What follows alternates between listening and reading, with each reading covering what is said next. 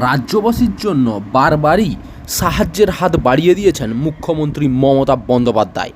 চাকরির অবস্থা খারাপ হলেও এনেছেন একের পর এক সরকারি প্রকল্প।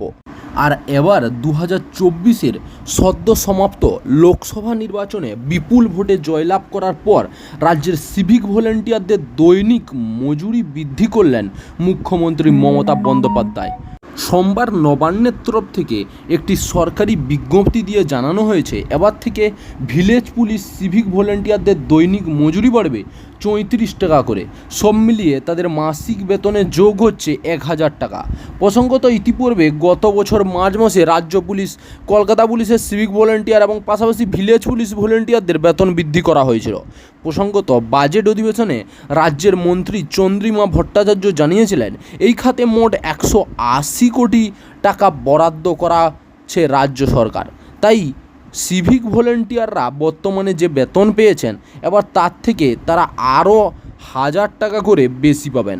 এই বছরের শুরুতেই নবান্নের তরফ থেকে সিভিক ভলেন্টিয়ারদের বোনাস বৃদ্ধির কথা ঘোষণা করেছিল মমতা বন্দ্যোপাধ্যায়ের সরকার। সেবার জানানো হয়েছিল রাজ্যের সিভিক ভলেন্টিয়াররা বোনাস হিসেবে প্রত্যেকে 5300 টাকা করে পাবেন। আগে এই সিভিক ভলেন্টিয়ারদের মাত্র 2000 টাকা করে বোনাস পেতেন। উল্লেখ্য, 4 বছর আগে 2020 সালের 8 সেপ্টেম্বর থেকে এই নিয়ম চালু হয়েছিল।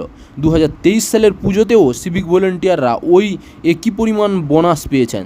তবে চলতি বছর থেকেই সিভিক ভলেন্টিয়ারদের এই বোনাসের পরিমাণ বৃদ্ধি পেয়েছে। চাকরির খবর থেকে শুরু করে নিয়োগের খবর থেকে শুরু করে ঝড় ঝঞ্ঝা, দেশ বিদেশ, রাজ্য, জেলা এবং আপনার শহরের খবর একটা চ্যানেল আমাদের newsbangla.com সবার আগে আপনারা পেয়ে যাবেন। তাই চ্যানেলটাকে অতি অবশ্যই সাবস্ক্রাইব করে পাশ থেকে বেল আইকনটা ক্লিক করে অল নোটিফিকেশন অন করে রাখুন।